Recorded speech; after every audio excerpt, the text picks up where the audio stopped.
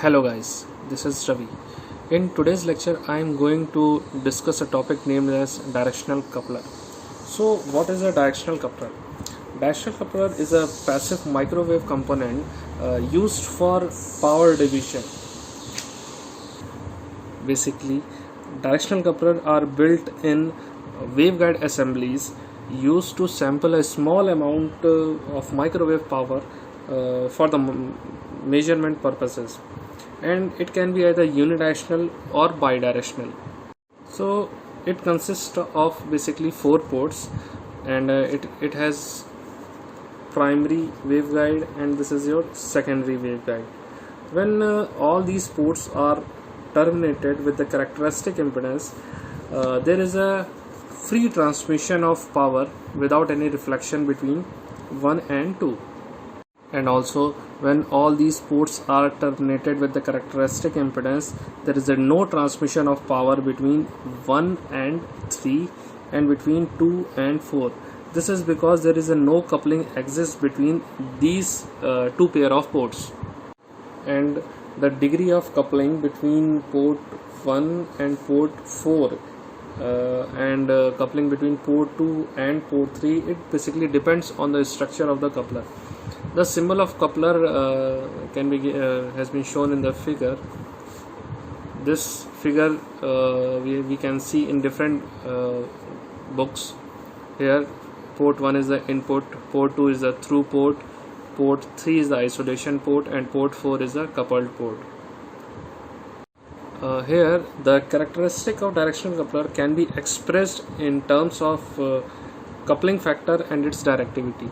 Suppose if port 2, 3 and 4 are terminated with their characteristic impedances, then the coupling factor is the ratio of primary waveguide to the secondary waveguide of the lines. Definition: coupling factor is defined as the ratio of incident power to the forward power. For example, in this figure of the directional coupler, coupling factor in terms of dB can be defined as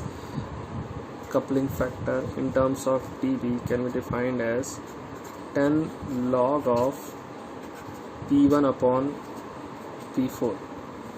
This is the forward power, this is incident power. So coupling factor is defined as the ratio of incident power to the forward power. This is P4 is your forward power. Another term is known as directivity.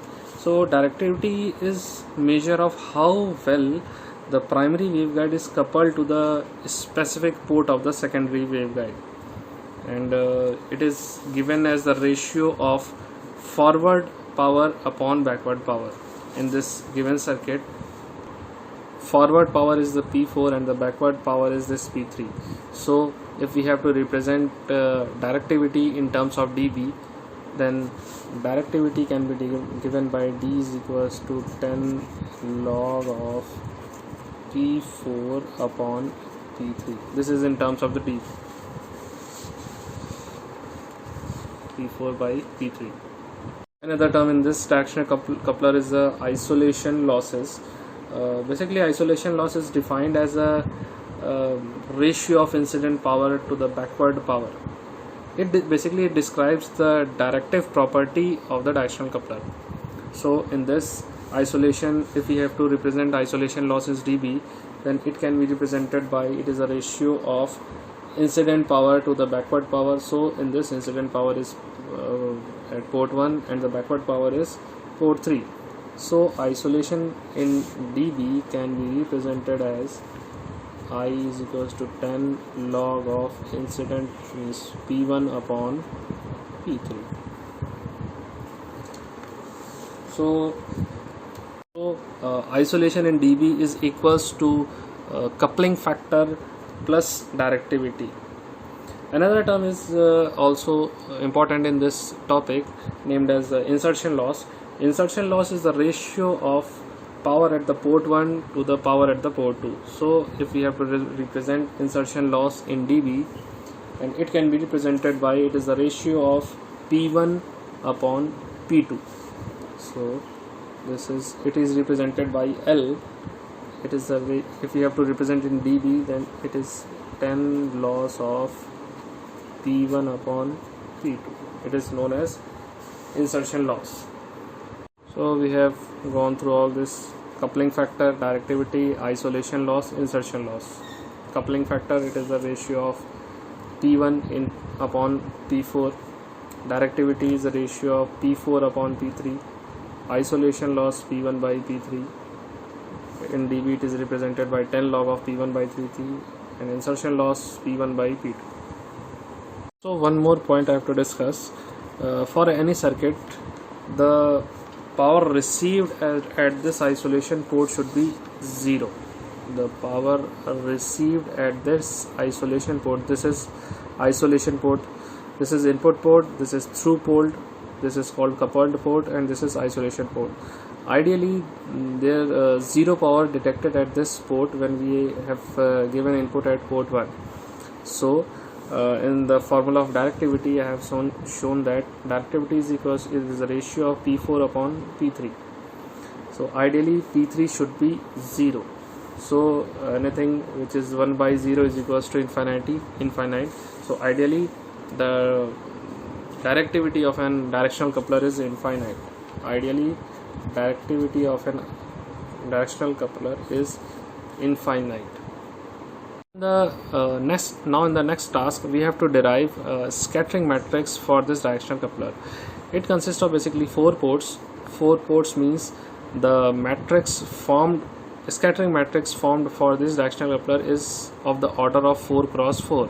So, the scattering matrix for a order of 4 cross 4 has been shown. This is 4 cross 4 matrix. It consists of 4 rows and 4 columns because it has total number of ports is 4. If we have matched termination, means port 2, port 3, port 4 and port 1 are totally have a matched terminated ports, then the reflected power from the same port will be 0. So that's why S11, S22, S33 and S44 are equals to 0. This is also known as return loss. Return losses will be 0 from the same port. This means that if we have applied input at the port 1 and obtaining output at the port 1 will be 0. Now according to symmetry property, symmetry property means Sij is equals to Sji, means this represents the input, this represents the output.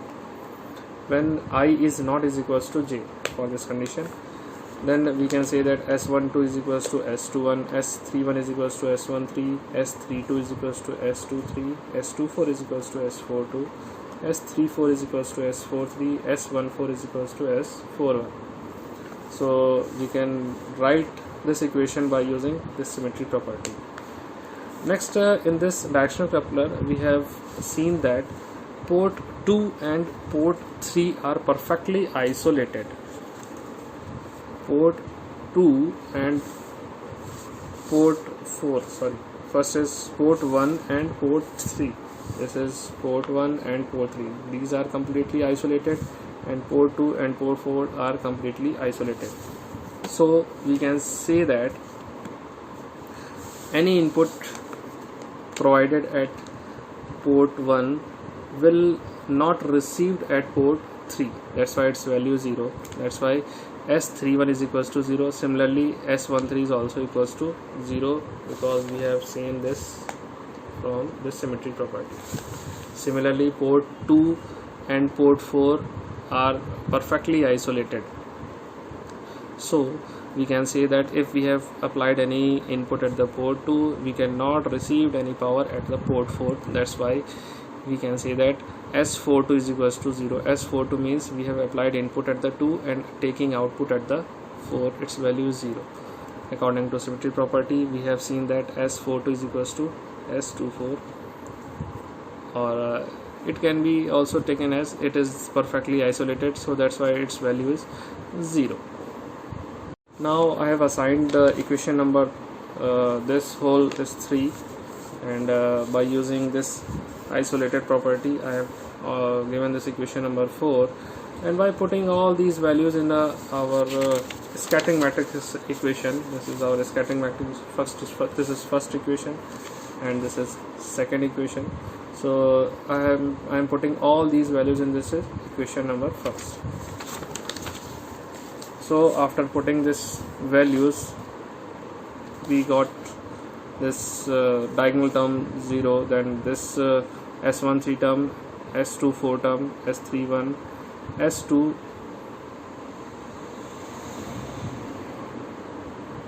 term is equals to 0. Then we have obtained this scattering matrix. Then we have to apply another identity property into this scattering matrix, which is given in this form. Scattering into conjugate of this scattering matrix is equals to identity matrix. By putting all these values, and simplify this matrix equation by multiplying this row 1 and column 1, we will get this equation. By multiplying this row 2 and column 2, we will get this equation. Row 3 and the column 3, this equation. Row 1, column 3, we will get this equation. By comparing the equation number 5, we have just mentioned this 5, 6, 7, 8. By comparing equation number 5 and 6, we can see that this S12 is common in both the equation, but this is uncommon. So we can say that this S14 and S23 are equal. So we can conclude this equation. S14 is equals to S23. In another form, if we compare equation number 6 and 7, we can say that S23 are in both the equation, and this is two uncommon variables. So we can say that S12 is equals to S34. So we conclude this. Now let us assume that this S12 is a real and positive. So let us assume it by and represent by a symbol by capital P. So this I have assumed and represented by capital P. This S12 is equals to S34 that we have obtained this equation is represented by P. It is a real and positive, so it is equals to the conjugate of this S34 is same. So it is represented by variable P. Then by putting this variable in the equation number 8, I have just put it in the equation number 8, then we will obtain this equation. And we take a common from this equation P, and we have assumed that P is a real and positive, so it is not equals to 0. So means this is common, this S23 conjugate plus S23 are equals to 0. So it means it is an imaginary number, imaginary value. So S23 we have taken its imaginary variable JQ. By taking the conjugate, we can get minus JQ. So by using this relation, we will put this value into our scattering matrix equation. So finally we will get this scattering matrix of a directional coupler where P is a real and positive, and this is an imaginary parameter JQ. This is JQ, this is JQ. These are imaginary parameters, and this is real and positive. This is the scattering matrix for a directional coupler, for a 4-port directional coupler. Thank you guys.